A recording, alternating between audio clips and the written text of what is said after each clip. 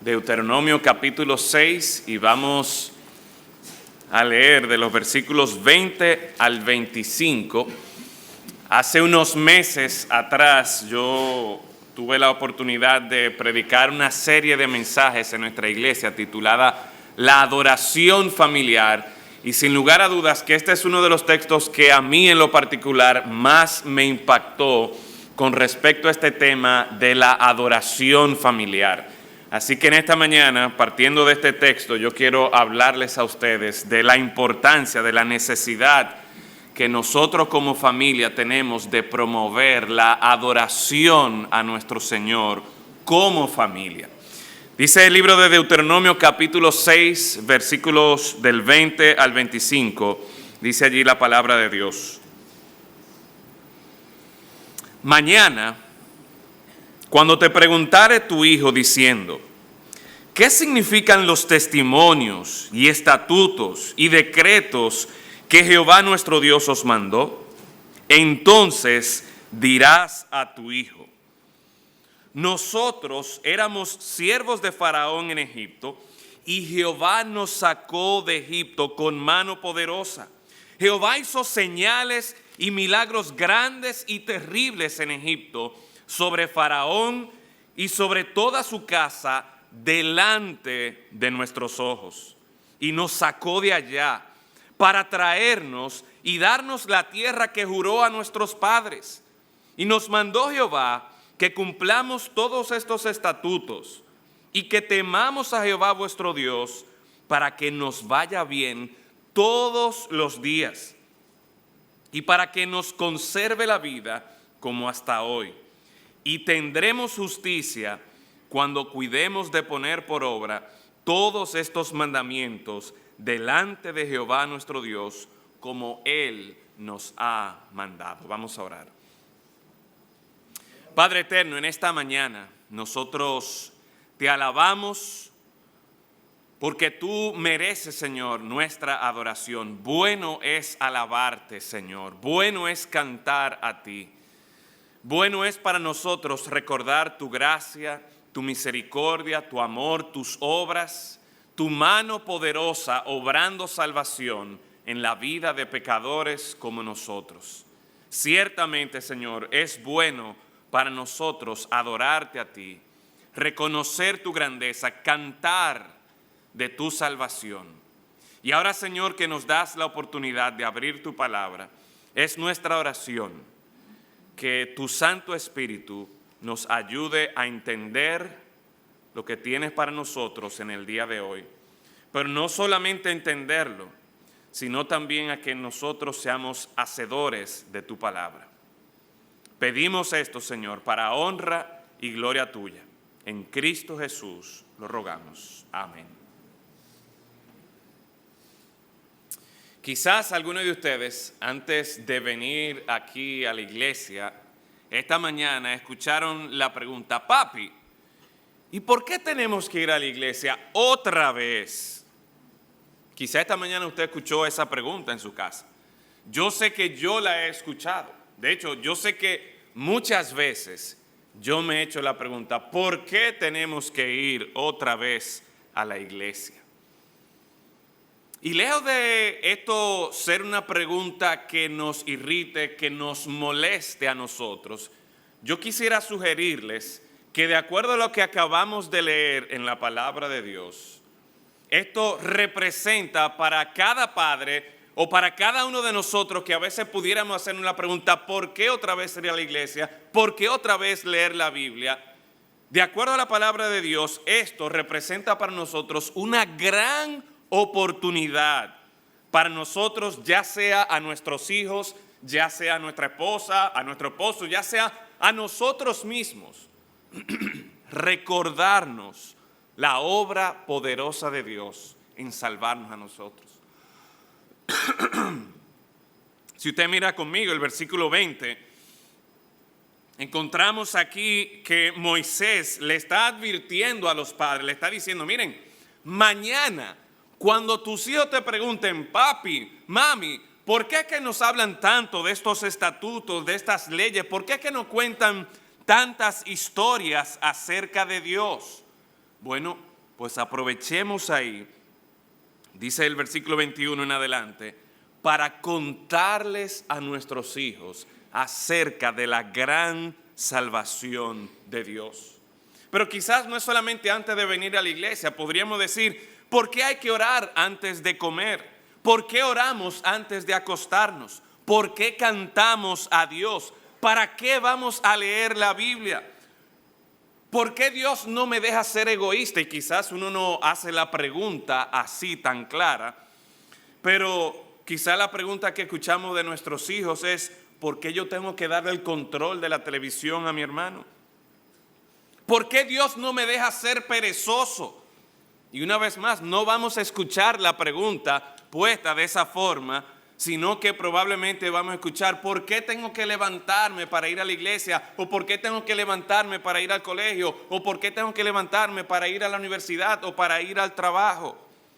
¿Por qué Dios no me deja ser desobediente? Y una vez más, nuestros hijos no van a hacer la pregunta de esa manera. Quizá pregunten, ¿por qué tengo que irme a bañar cuando tú me dices? ¿Por qué tengo que hacer la cama? ¿Por qué no puedo salir con mis amigos cuando yo quiera? Y una vez más, de acuerdo al texto que nosotros hemos leído, todas estas preguntas, de una forma u otra, nosotros podemos dirigirla para llamar la atención a nuestros hijos a que consideren la palabra de Dios, a que tengan en cuenta cómo su vida, en todos los aspectos de su vida, desde la hora que se levantan, a dónde van, con quién hablan, lo que hacen, de una manera u otra, todo en nuestra vida debe estar sometido al señorío y debe tener en cuenta la grandeza de Dios. Así que este texto, una vez más, hermanos, nos sugiere a nosotros cómo nosotros podemos dirigir estos cuestionamientos que son normales que nuestros hijos los hagan, que son normales que a veces nosotros lo tengamos, pero dirigimos esos cuestionamientos a considerar la maravillosa y grandiosa obra de Dios en nuestra vida. Es una oportunidad para nosotros apreciar esto, pero para que podamos entender cómo es una oportunidad, es bueno que nosotros tengamos en cuenta el contexto de estos versículos que acabamos de leer. El libro de Deuteronomio es una colección de varios sermones de Moisés sobre la ley que Dios le había dado al pueblo. Y más que una mera repetición de la ley, Deuteronomio es una serie de exhortaciones mediante las cuales Moisés procura que el pueblo de Dios renueve su compromiso en obedecer a Dios y en cumplir fielmente los estatutos que Dios ha dejado. Ustedes ven, antes de entrar a la tierra prometida, Moisés, y más que Moisés, Dios mismo quería que el pueblo se comprometiera en temer a Dios, en tenerle siempre presente de generación en generación. Y para que esto ocurriera entonces, una de las exhortaciones principales que Moisés le da al pueblo, la encontramos en los versículos del 1 al 10. Y me gustaría que leamos esos versículos para ponerlo en contexto con lo que ya hemos leído. Mire Deuteronomio capítulo 6, versículo 1. Dice allí la palabra de Dios: estos pues son los mandamientos, estatutos, decretos que Jehová vuestro Dios mandó que os enseñase, para que los pongáis por obra en la tierra, a la cual pasáis vosotros para tomarla. ¿Para qué? ¿Para qué el Señor da estos estatutos? Versículo 2. Para que temas a Jehová tu Dios, guardando todos sus estatutos y sus mandamientos que yo te mando. Tú, tu hijo y el hijo de tu hijo, todos los días de tu vida, para que tus días sean prolongados. ¿Cuáles son estos estatutos? ¿Cuáles son estos mandamientos? Empieza en el versículo 3. Oye pues, oh Israel, y cuida de ponerlos por obra para que te vaya bien en la tierra que fluye leche y miel, y os multipliquéis como te ha dicho Jehová, el Dios de tus padres.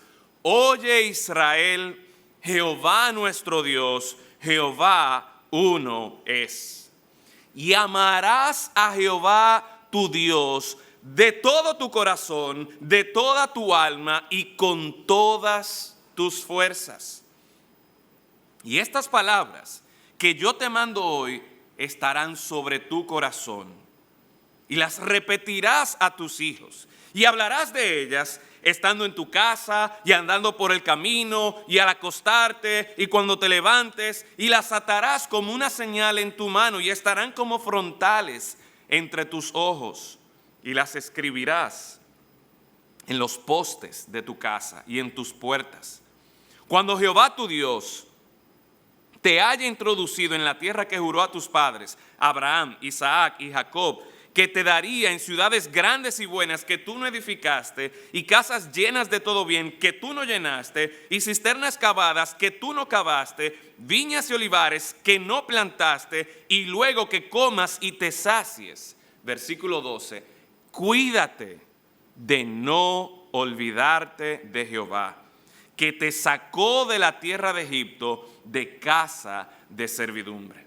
Estos versículos muestran que Moisés tenía la visión de un hogar donde se discute abiertamente y continuamente la palabra de Dios como parte de la vida cotidiana. Miren una vez más los versículos 7 y 8, las repetirás. No era una sola vez que le iba a contar acerca de la palabra de Dios, no, las repetirás, hablarás de ella en tu casa, fuera de tu casa, en el camino, al acostarte, cuando te levantes, y esos extremos en la casa, fuera de la casa, al levantarte, al acostarte. La idea es que estas palabras debían ser el tema cotidiano de conversación dentro de un hogar.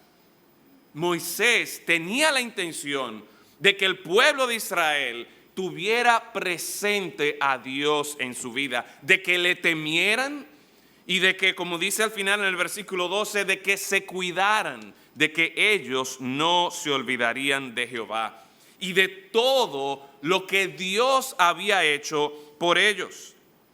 De acuerdo entonces a este texto, estas conversaciones cotidianas acerca de Dios debían culminar en que los padres, los hijos, toda la familia tuviera una visión clara del poder y la gloria de Dios y cómo Dios interviene de manera maravillosa en medio de nuestras situaciones desesperadas, como estaba el pueblo de Israel en Egipto. Cómo Dios interviene de manera maravillosa para rescatarnos, para salvarnos, para atraernos a sí mismo, de forma tal que vivamos nosotros según la voluntad de Dios, en la cual el mismo texto nos está diciendo una y otra vez que nosotros vamos a hallar nuestro bien.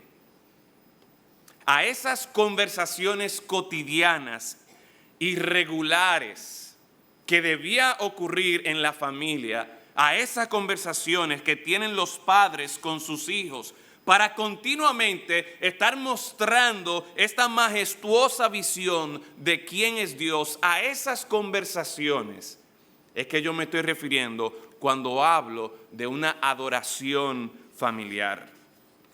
Quizás algunos de ustedes han escuchado el término el devocional familiar, o algunos también lo llaman el altar familiar. Y a veces esto es algo un poco más formal, donde la familia se reúne todos los días o quizás cada cierto tiempo durante la semana y juntos abren la palabra y tienen ese tiempo de lectura en la palabra, de meditación en la palabra, quizás cantan, quizás oran juntos como familia, y eso es imprescindible. Eso debe ser algo que de acuerdo a este texto, en toda familia nosotros debemos verlo.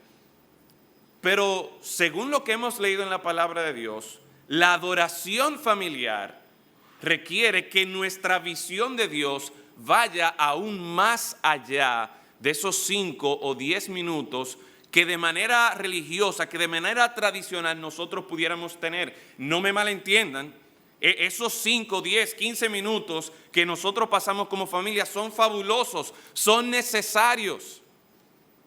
Pero el texto aquí sugiere que cuando se levanten, que cuando se acuesten, que cuando estén dentro de la casa, que cuando vayan por el camino, continuamente se esté hablando acerca de Dios. Continuamente nosotros como padres estemos proyectando una visión del Dios majestuoso, del Dios glorioso y su obra poderosa en salvarnos. De forma tal que va a llegar algún momento, después de 5, 10, 15, 20 años, que nuestros hijos van a decir: papi, mami, pero ¿por qué es que tú me hablas tanto acerca de Dios? ¿Qué es todo esto que tú me estás diciendo a mí acerca de Dios? Y es en ese momento, luego de nosotros como padres cumplir con este llamado del Señor, de estar presentando esta visión de la majestuosa gloria de nuestro Dios en salvar a pecadores como nosotros, que llegamos al versículo 20, a los versículos que leímos hace un momento.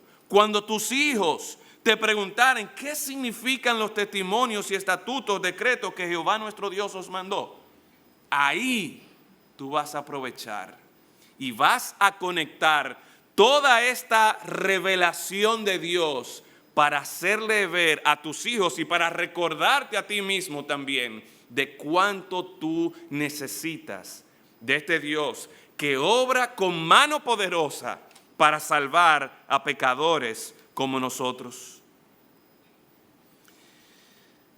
Y hermanos, quizás alguno de nosotros, al escuchar esto de la adoración familiar, el devocional familiar, pudiéramos decir: bueno, yo ni siquiera sé lo que es un devocional familiar y mucho menos sé a qué es que se está refiriendo el pastor con respecto a esto de adoración familiar.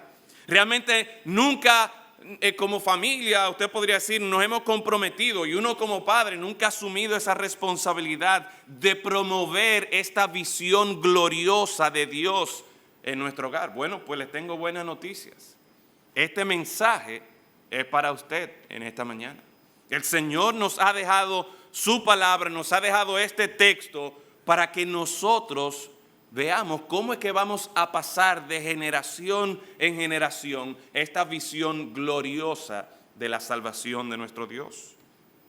Otros podrían decir: bueno, sí, nosotros tenemos devocional familiar, pero quizás no lo habían visto en esta dimensión de presentar esta visión gloriosa del poder de Dios. Y una vez más, este mensaje entonces también es para usted.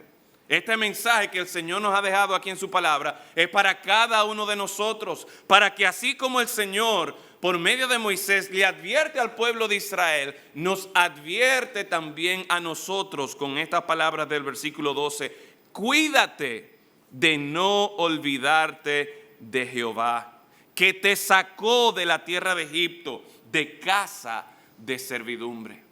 Saben que nosotros somos personas que somos muy visuales, y yo creo que la mayoría de nosotros, si yo le pido que ponga su mano en el bolsillo o en su cartera, todos nosotros tenemos un aparatico de esto, ¿verdad? Y continuamente nosotros tenemos acceso a imágenes tras imágenes, ya sea en nuestro teléfono, ya sea en nuestra tableta, en nuestra computadora, en una pantalla de alguna televisión. Continuamente estamos siendo expuestos a imágenes. Y las personas que están encargadas de hacer estas imágenes, ya sea en la noticia o ya sea en la película, se preocupan de que estas imágenes sean lo más explosivas posible, que sean lo más llamativas posible, de forma tal que el que está viendo quede impresionado, quede impactado. ¿Y saben qué es lo que pasa? Que nosotros, día tras día, al exponernos a tanta información, a tantas imágenes, a tantas explosiones, fácilmente para nosotros esta revelación de la gloria y el poder de Dios queda a un lado y como que deja de ser llamativo, como que deja de ser impresionante.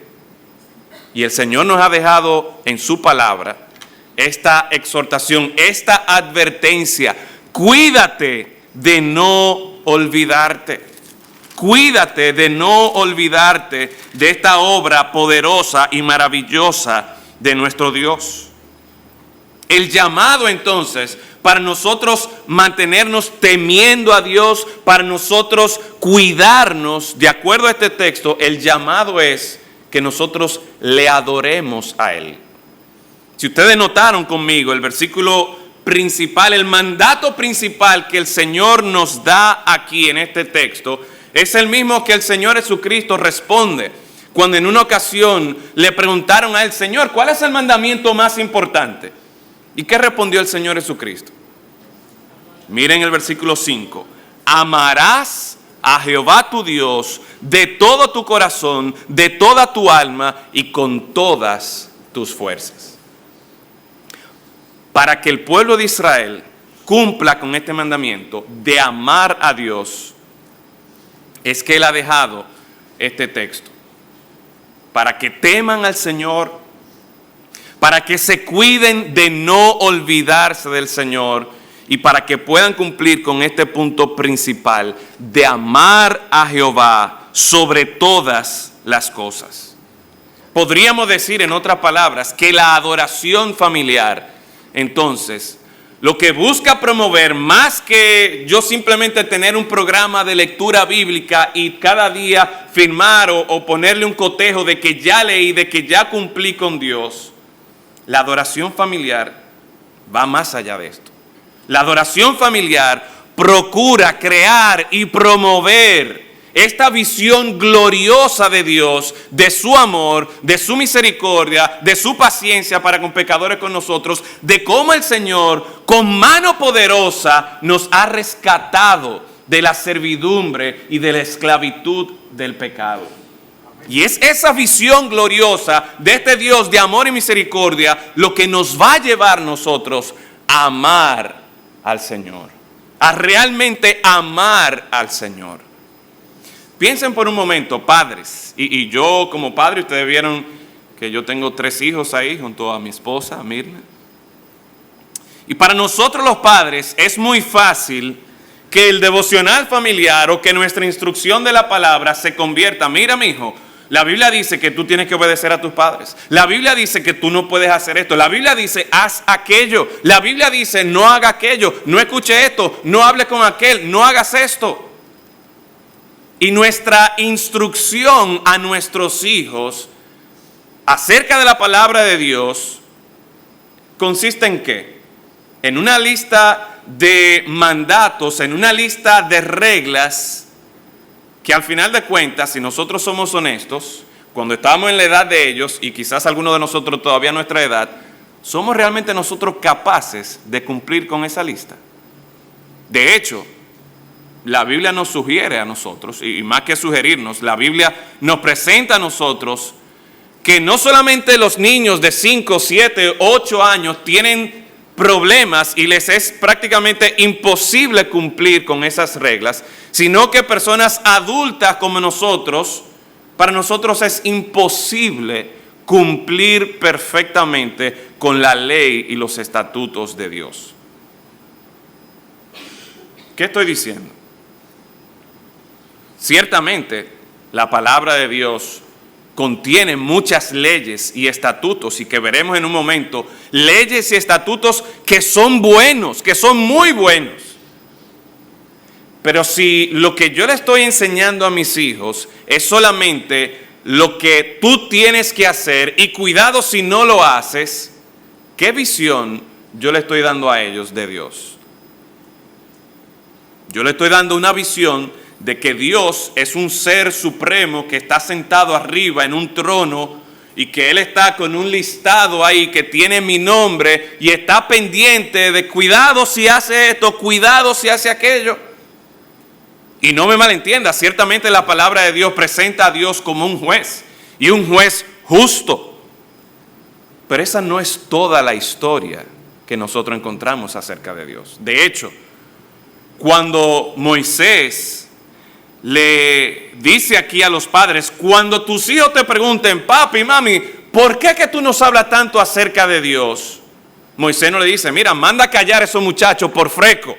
¿Cómo ellos se atreven a cuestionar el que uno le está enseñando acerca de Dios? Eso no es lo que dice. No, al contrario, lo que está hablando es que es una oportunidad para que, miren conmigo una vez más el versículo 21, entonces dirás a tu hijo, nosotros éramos siervos de Faraón en Egipto y Jehová nos sacó con mano poderosa.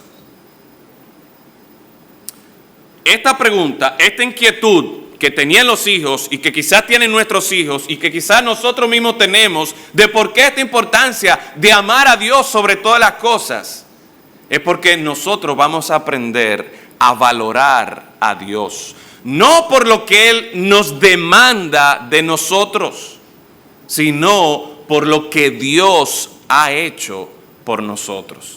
Así que para crear esta visión de la gloria de Dios, de su salvación, de su amor para con nosotros, para nosotros aprender a adorar a Dios y amarle sobre todas las cosas, a lo que debemos ir es a cómo la palabra de Dios nos presenta esta maravillosa salvación que en Cristo Jesús nosotros tenemos.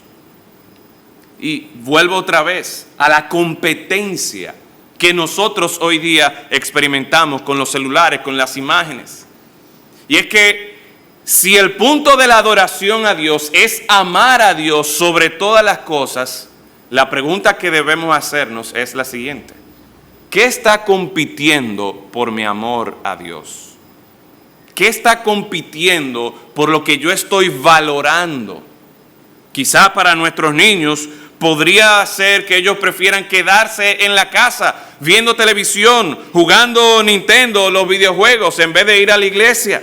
Otros lo que prefieren es quedarse acostado en la cama. Otros, quizás nosotros como padres no estamos tanto en los videojuegos, pero sí quizás valoramos más nuestro trabajo y el prestigio que nuestro trabajo puede tener. Lo valoramos tanto, lo amamos tanto, que estamos dispuestos a relegar a Dios, a poner a Dios de un lado. El punto es, hermanos y amigos, que todos aquí, todos, cada uno de nosotros somos adoradores. La pregunta es, ¿a quién estás adorando? ¿Qué es lo que en tu vida te mueve a ti? ¿Qué es lo que tú valoras por encima de otra cosa?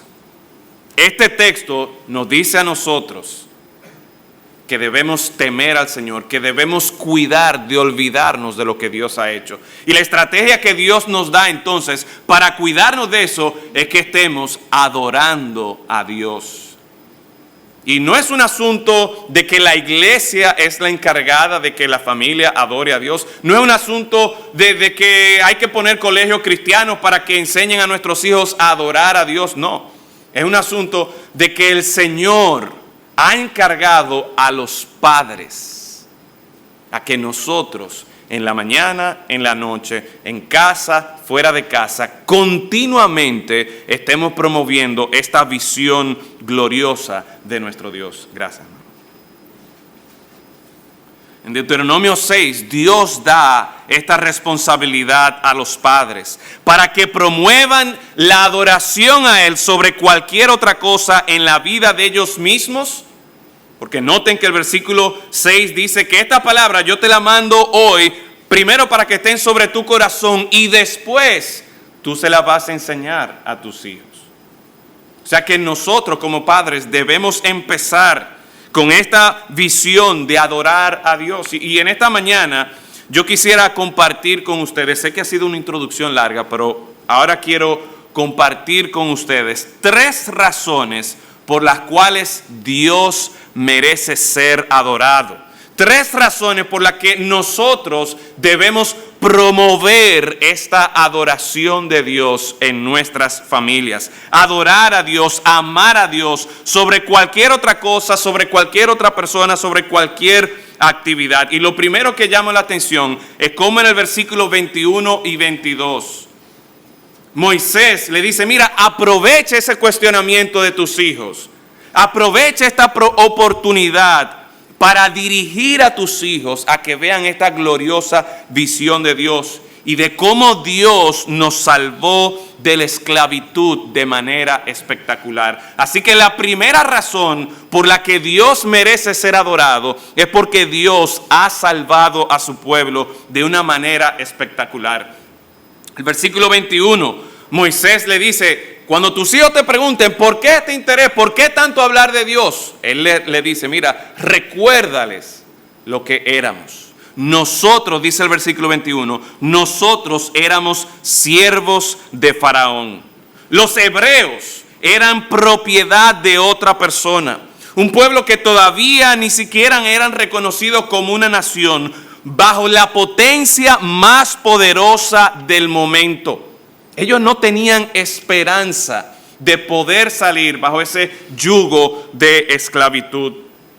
Y obviamente, la historia del Éxodo, la historia de cómo Dios salvó al pueblo de Israel de Egipto, es una imagen para que nosotros hoy día también podamos apreciar esta maravillosa salvación de Dios para con nosotros. Quizás nosotros no somos esclavos de Egipto o no somos esclavos, siervos de alguna otra nación. Pero la Biblia nos enseña en el libro de Romanos, capítulo 6, capítulo 7, que nosotros, no solamente por causa de nuestro pecado éramos enemigos de Dios, sino que nos describe a nosotros como esclavos del pecado. Y la condición es tan seria que por más que yo intente zafarme del pecado, yo no puedo hacerlo. Es por eso que cuando mi instrucción bíblica se limita a decirle a mis hijos, haz esto, haz esto, haz esto, no haga aquello, no haga aquello, no haga aquello, ¿saben lo que va a pasar con nuestros hijos? Se van a frustrar. ¿Por qué? Porque ni nuestros hijos ni nosotros somos capaces de obedecer perfectamente, totalmente los mandatos de Dios. ¿Por qué? Porque nosotros somos esclavos del pecado. Y en esos momentos donde sí vamos a confrontar a nuestros hijos con su pecado, sí le vamos a enseñar a ellos lo que está bien y lo que está mal, lo que no pueden hacer y lo que sí deben hacer. Como padres, esa es nuestra responsabilidad. Pero también como padres, nosotros debemos llevarlos a ellos a poner su esperanza, no en su fuerza de voluntad, no en que ellos mismos se van a regenerar, no, ellos deben poner su esperanza y les recordamos, mira, así como el pueblo de Egipto eran esclavos y no tenían esperanza, así mismo nosotros podemos decir que éramos esclavos del pecado.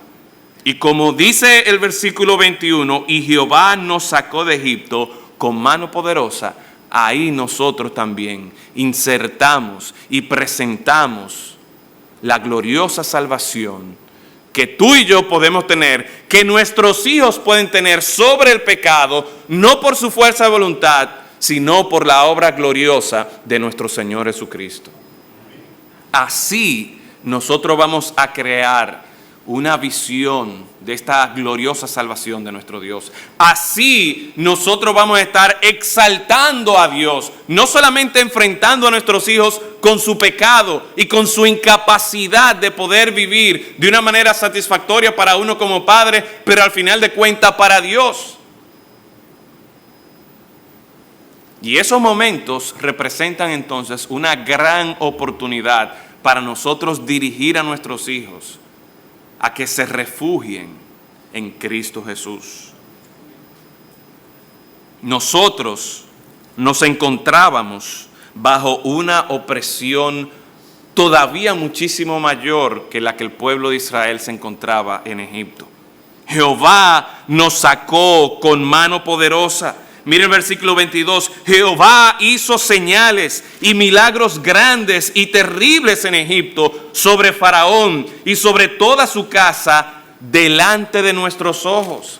Y es interesante el lenguaje que escoge utilizar aquí el Señor Moisés. Jehová hizo señales, milagros. Jehová obró con mano poderosa. Hizo hechos terribles en Egipto sobre Faraón, sobre toda su casa. Y termina ahí diciendo, delante de nuestros ojos. En otra palabra, nosotros pudimos ver esos milagros, esas señales, esa obra poderosa. Y ahí es que yo digo que nosotros hoy día tenemos una competencia fuerte con todas esas películas de Hollywood, que si la Guerra de la Galaxia, que si toda esa película con muchas explosiones, con muchas luces, que son impresionantes, que son asombrosas.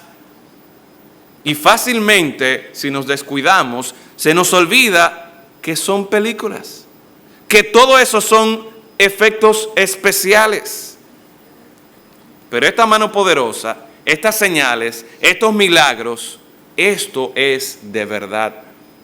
Y para nosotros crear esta visión de la gloria de Dios, nosotros tenemos que volver a la Escritura y recordarle a nuestros hijos, sí, tú eres un pecador, sí, mira, nosotros estábamos bajo la esclavitud del pecado, pero lo que nos va a llevar nosotros a adorar a Dios es tener presente su salvación maravillosa por nosotros.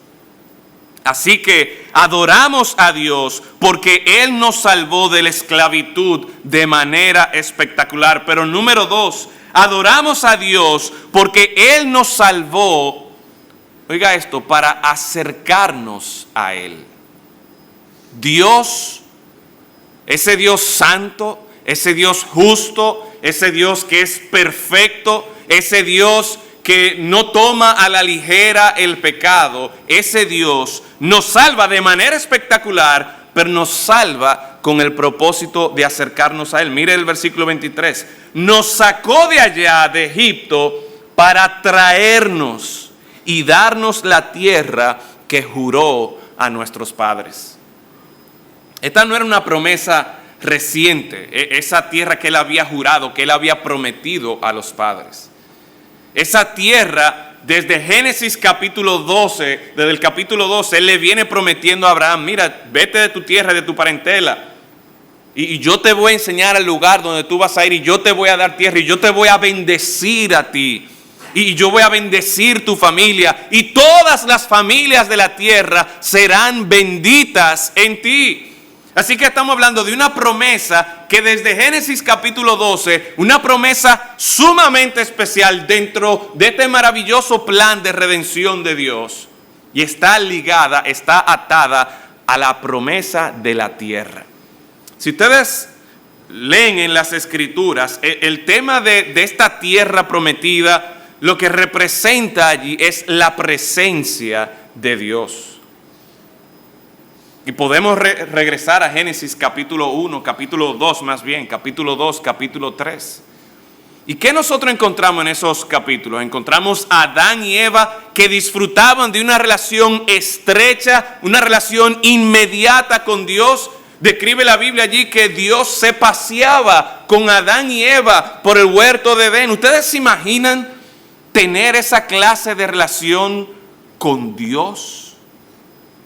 Piensen, quizá usted está aquí con su esposa, con su esposo, con su novia o con amigos que son especiales. Uno disfruta pasar tiempo con ellos.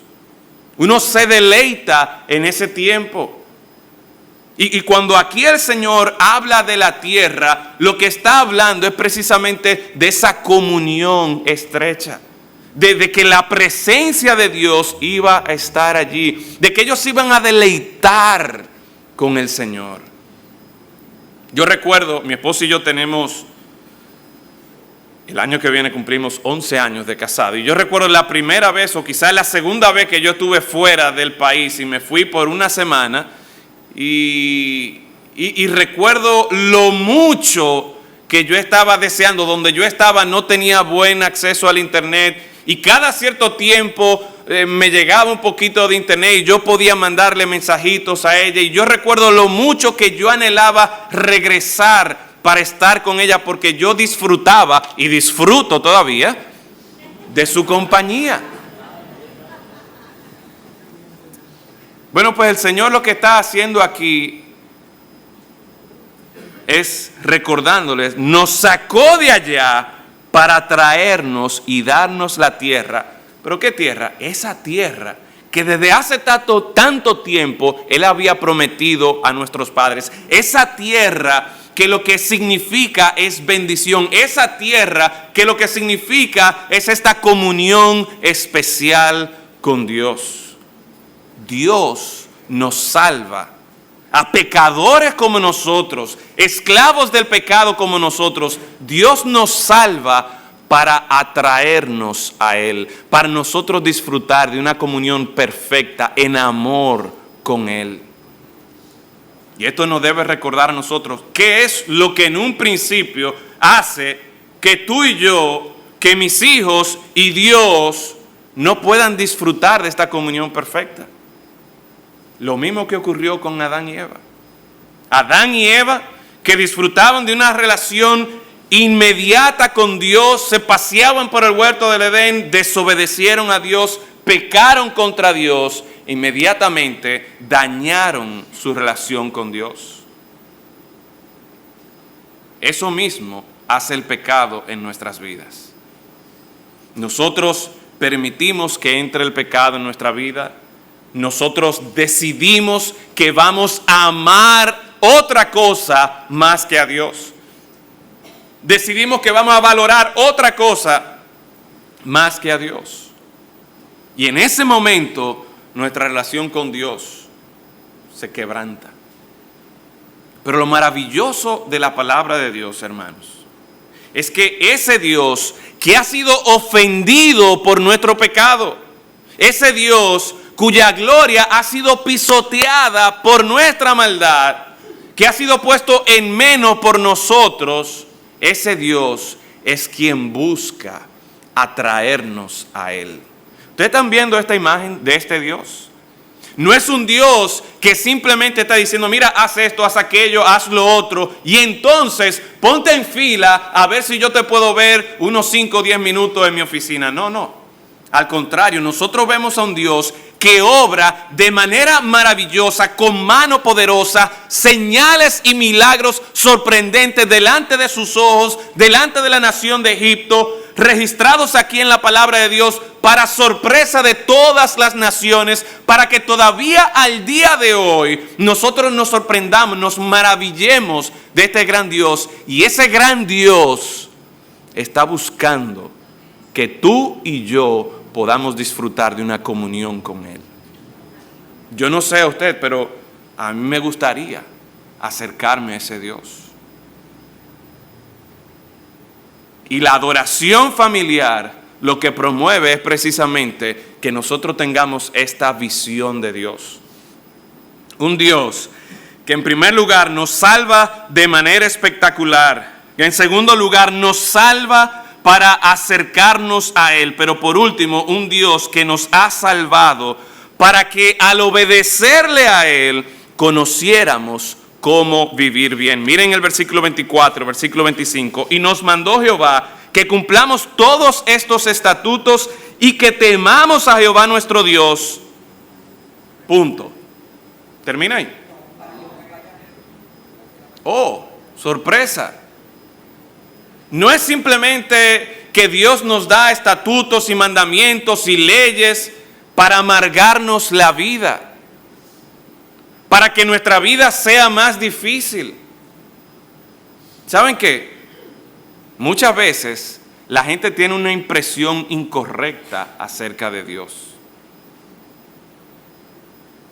Y a veces nosotros mismos somos culpables por no preocuparnos de contar, de presentar el cuadro completo acerca de nuestro Dios. Sí, es verdad que Dios ha dado estatutos y leyes.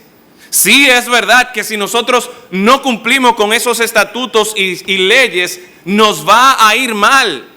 Pero no es que Dios ha dado esos estatutos y leyes para amargarnos la vida, para hacernos la vida imposible. No, ¿cuál es la intención del Señor?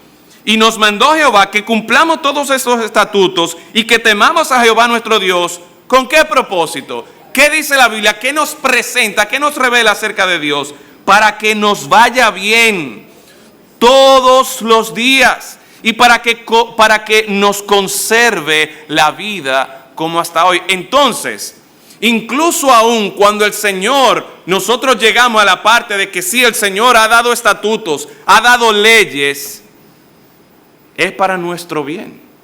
Dios, en nuestro pecado, en nuestra esclavitud al pecado, nos salva de manera espectacular. Sin nosotros merecerlo, sin nosotros poder hacer nada por nuestra cuenta, Dios interviene en nuestra situación de pecado, de esclavitud de pecado, y nos salva de manera espectacular. Pero no solamente eso, sino que pecadores como nosotros, Dios los salva y los salva para acercarnos a Él, para que podamos disfrutar de comunión con Él. Pero no solamente esto, sino que nos dice que nos da estatutos, nos da decretos. Y hermanos, noten que esto es lo último que el Señor nos da. Y es una enseñanza que a lo largo de las Escrituras nosotros vemos claramente. La salvación no es por obras. La salvación no es porque yo obedezco los mandamientos y estatutos que Dios nos ha dado. Desde Génesis hasta Apocalipsis, la salvación es por la gracia de Dios. Porque Dios nos amó, porque Dios, que es rico en misericordia, por su gran amor con que nos amó, estando nosotros muertos en nuestros delitos y pecados, estando nosotros condenados, estando nosotros sin esperanza, Dios nos amó y nos rescató del pecado.